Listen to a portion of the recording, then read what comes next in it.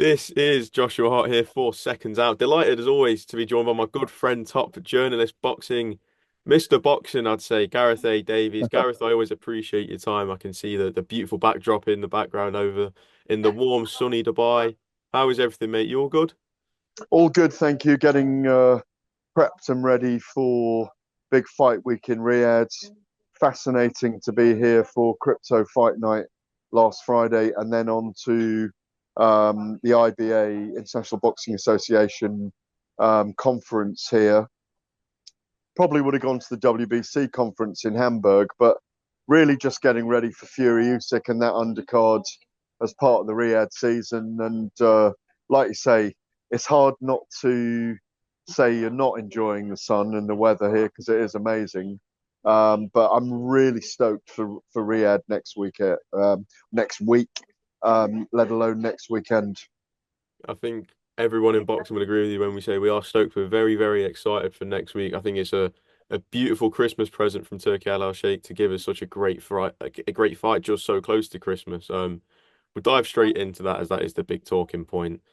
We know what happened back in May when those two shared their first set of 12 rounds, and we have potentially another 12 great rounds ahead of us, or anything less, depending on what plays out. But based on what happened in that first fight, what do you think needs to change? We'll start off on Tyson Fury's end. What do you think needs to change on his end in order to Well, right the wrongs of the first fight? after 7 rounds, I had him 5-2 up. And then it seemed to go, and he had a very dominant kind of set of rounds. Well, listen, I say dominant. Um, he was winning the rounds. It was probably two each after four. Usyk started very well. Then Fury moved ahead in 5, 6, 7, and I had him 5-2 up at that point. And then it got very interesting with Usyk upping his game in the eighth and ninth, particularly the ninth, when all the optics. Some people say it should have been stopped. Referee Mark Nelson stepped in when Fury had slumped on the ropes. Usyk should have been given the chance to finish him. There's that argument, but he didn't. And it ended up a very close fight and a split decision, as you know. I had it for the record for Usyk 114, 113 on the scorecards. Um, but for me, I think Fury's going to be more conditioned this time. I think he'll be a little more active. I think he won't just be throwing single shots that he was throwing last time. I think he'll be a bit more active at the beginning and the ends of rounds. He'll try and push Usyk back a little bit more.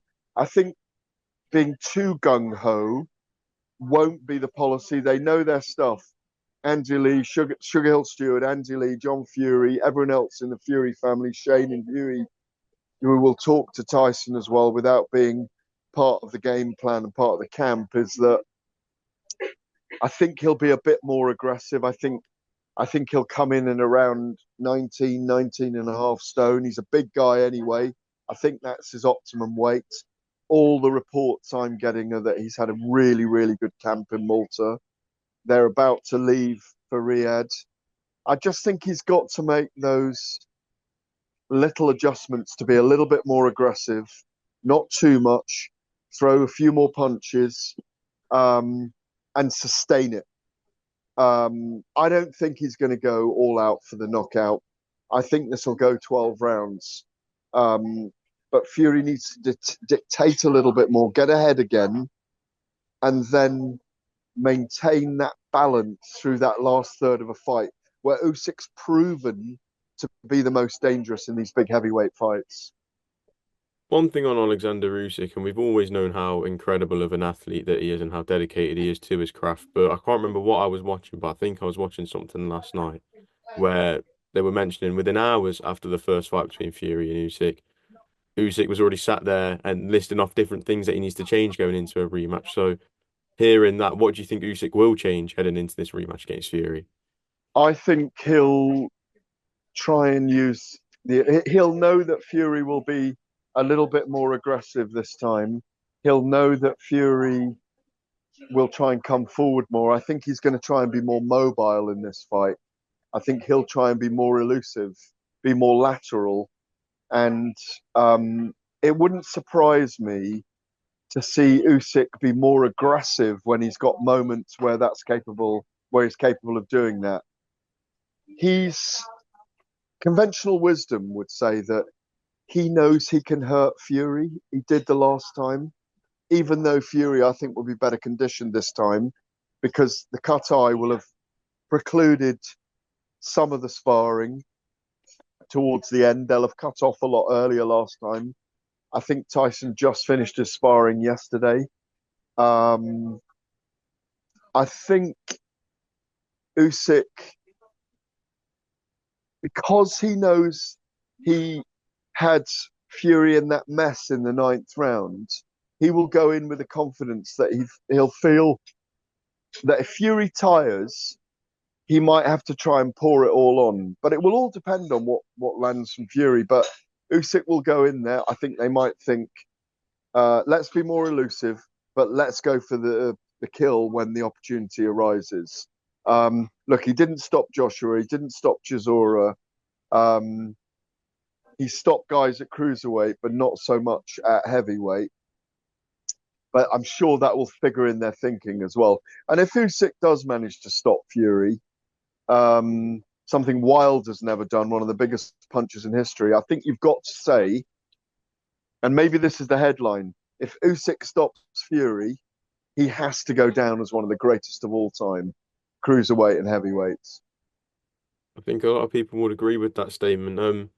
Just looking, obviously, I know we can't really jump to too many conclusions in terms of the aftermath, but there's always been this big talk of Anthony Joshua versus Tyson Fury, or a potential trilogy versus Fury and Usyk.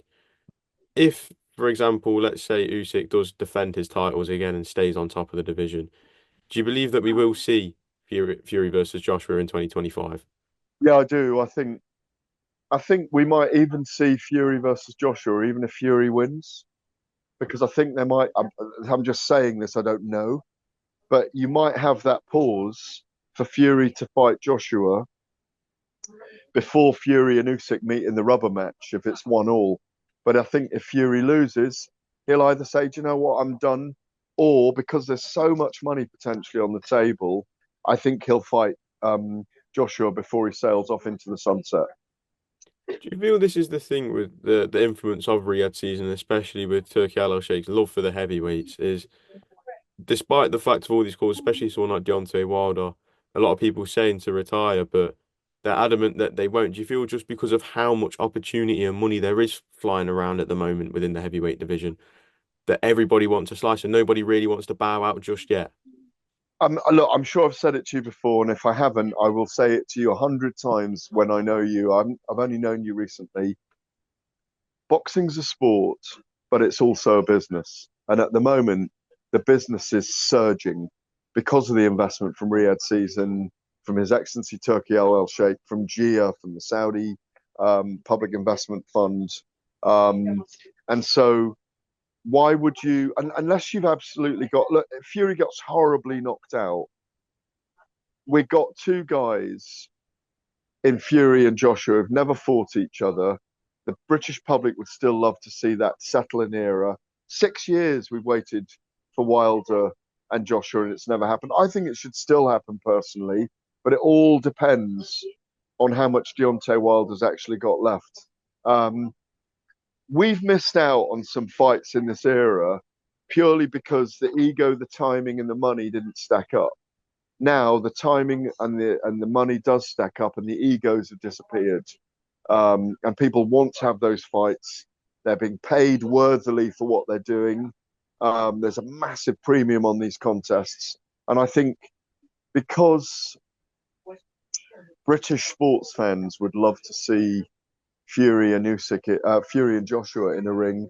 I think regardless of whether Joshua loses next, if he has an interim fight after Dubois, and Fury loses to Usyk, I still think we'll see them in a ring together. And just looking at the undercard for next weekend, again, another brilliant undercard. While it doesn't hold that same star value that a lot of the fans wanted to see, I think when you break it down matchup by matchup, there's some really, really intriguing fights on there. Obviously, a late change with Ishmael Davis stepping in yet again, 2 fights in a row now. He stepped in on short notice. But out of all those fights on that undercard, which one do you believe could steal the show? Ishmael Davis,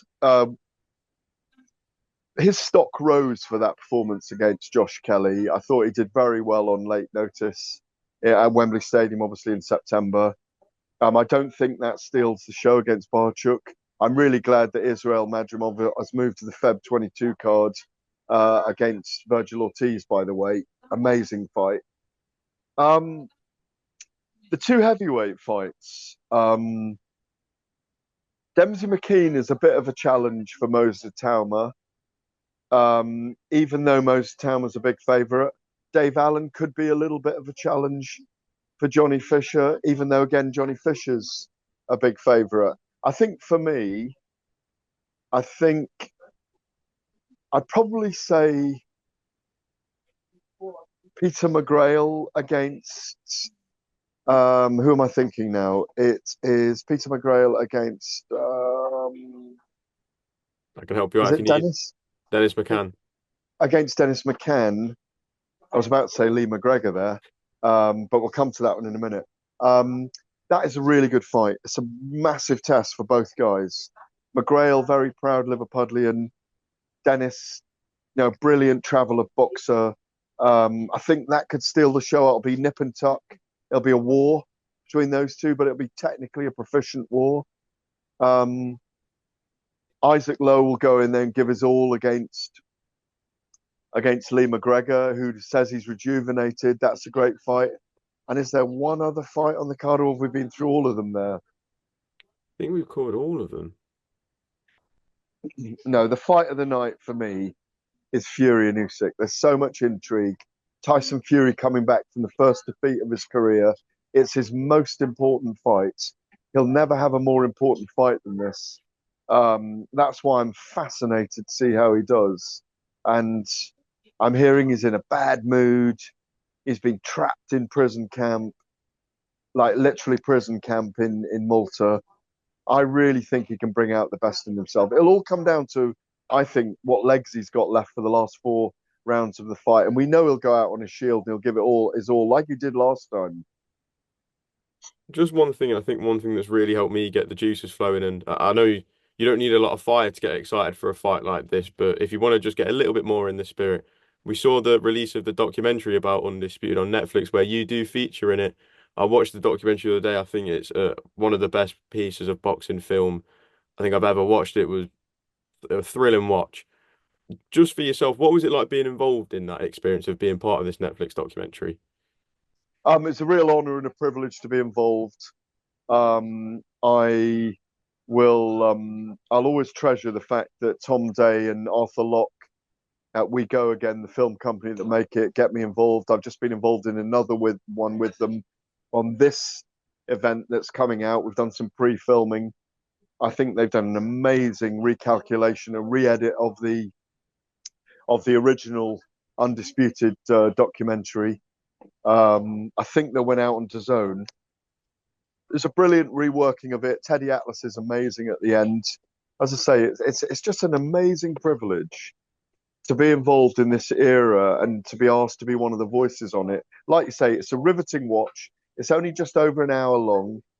And like you say, it really gets you salivating for the second event because the way they put the drama together for the entire thing, credit to the guys. It's a brilliant piece of work. And let's not forget, Undisputed is history in the making. It was 25 years since Evander Holyfield and Lennox Lewis. There's so many characters, there's so many voices on this during the documentary, and we all have to think about why we're here. We have to thank the Saudi government, His Excellency Turkey Al Sheikh, and the investment they put into it, and how Turkey really cares about boxing.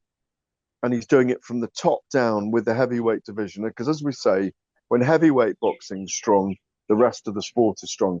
It's an absolute must watch. Good. Yeah, I'm really glad you pointed that out and you've seen it because it only came out like 3 days ago. I saw it on someone's Instagram and I was like, right, straight away, because I remember they've done one for Battle of the Baddest with Fury and Garnu. They've done quite a few now, and they're always a great watch. Just moving away, actually, no, last one on Fury Usyk. I'm not sure if you'll be able to here, but if you are able to give a prediction of what goes down next week in that main event, when we all sit there, and And I think I'd be right in saying almost the whole world watching next Saturday night, and every focus in the world will be on Riyadh. What do you think happens in that ring when Oleksandr Usyk and Tyson Fury share it once again? Well, conventional wisdom says that you can't back against Oleksandr Usyk because of what he did in the first fight. But I think there are certain conditions that Tyson Fury will have improved on from the last 12 rounds in May. Obviously, because the cut eye and different things like that that will have affected his training and his conditioning, his actual sparring conditioning.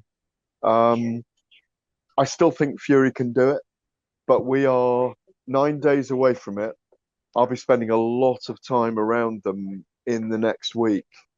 Um, at the moment, I can't separate them, but the wisdom would suggest that Usyk should go down as the favourite.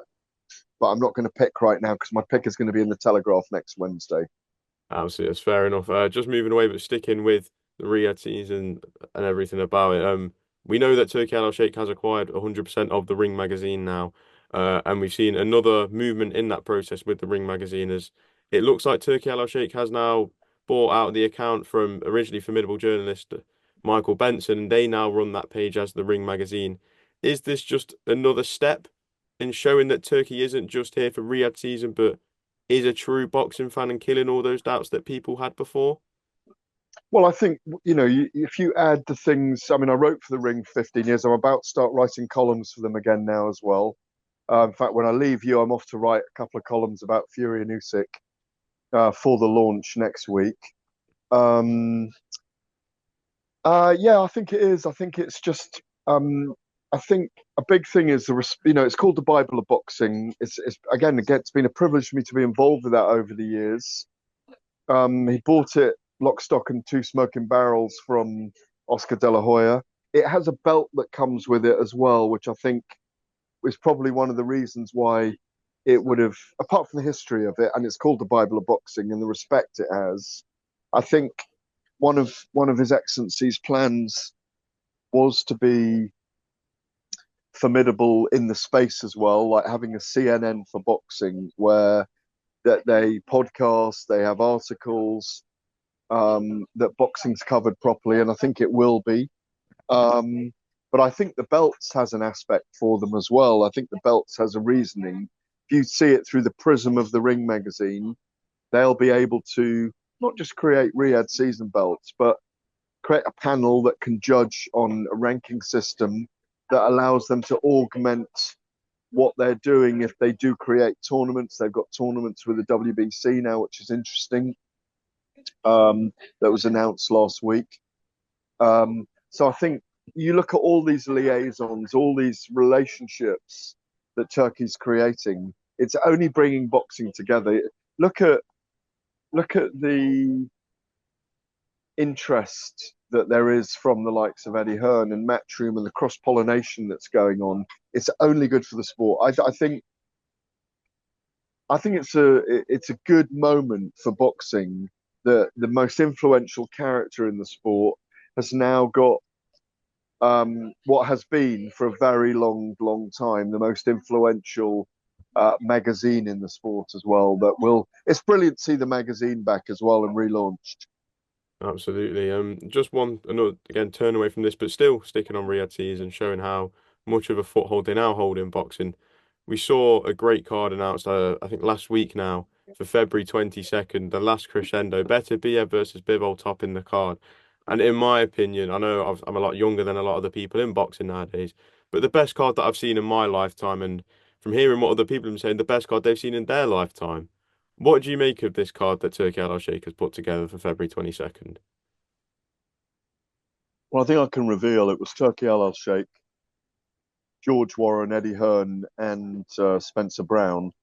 It's an amazing card from top to bottom. I'm just going to remember to go through it now. I mean, from I'm trying to remember. Right, Hamza Shiraz against Carlos Adames, great fight. I'm going to pick on all of these as well right now. I may be wrong on some of them, and what I mean is I may be wrong right now. on my feelings on how they will transpire in the week of the fight. But Hamza Shiraz, I think, can do it against Adamas. It's a tough fight, but I think he can do it. Um, uh, Virgil Ortiz, Madrimov, man, pick a winner in that. I'm going to go Virgil Ortiz points. Joseph Parker, Daniel Dubois, flipping heck. No, I'm not going to pick the winners of all of these. It's too difficult. What a fight that is. Beterbiev and Bivol. I'm going to say Bivol might do it this time. I had Beterbiev winning the last fight 7-5. It was 8-4 on the night, but looking back, it was 7-5. A couple of those rounds were so close. You know, the judges agreed, all three judges agreed on 10 of those 12 rounds, by the way, which is fascinating. Remind me of the other two fights on the card. We've got Zhile Zhang versus Ajit Kabayel first. I think that's Oh opening the man, card. that's amazing. If Kabayel can take it beyond 5 or 6 rounds, I think he's got a great chance to win that. Because you can't write Zhang off. Absolutely. And then you've also got Joshua Buatsi versus Callum Smith. That's the other Oh fight we're missing man, on. God, yeah. Fantastic fight. Waxy marginal favourite for me, but Callum's on his game. It's going to be a very, very tough night for Waxy. What a fight that is, and you know what a card to put together. I mean, for February 22nd, it's an unmissable card, an unmissable event in my view. I think it's a card I've not had a experience out in Riyadh yet, but it is my birthday just the week before, so I think I'm gonna put my hands up and shout that if anyone can get me out to Saudi for my birthday for that card, I'll be greatly appreciated. I'd love to be there. But no, and then just moving away, and one last thing on my final topic here, a topic that's been going on for so long now, Conor Benn, Chris Eubank Jr. While all the talk about the failed test has kind of come to a halt now, we've seen a lot of back and forth. We've seen interviews from IFL with both Eubank Jr.'s manager and Eddie Hearn. We've seen Ben Shalom comment on it now, saying that he's done everything he can and it's all down to their side. Do we feel we are really about to hit a deadline where we might lose this fight for good? More fool them if they don't come up and make this fight because put your egos to one side, guys. The money's there. Stop chuntering about it. Get the fight made because you will lose it otherwise. And I don't know the ins and outs of behind the scenes. We'd all love to see this fight. It's a terrific fight. Ben stepping up from welterweight to middleweight. It's a lineal bloodline rivalry. I hope they get both fathers in the corner. Stop abusing each other on social media and get your pens on the dotted line. Make that fight, Ben and Eubank, because it's a fight we all want to see. If they do lose it, more fool them. Well, Gareth, I think that's a perfect place to leave. I think you've kind of answered every question there. So I appreciate your time as always. Always good to catch up. Enjoy Dubai, enjoy Saudi next week, and we'll catch up again very, very soon. Cheers.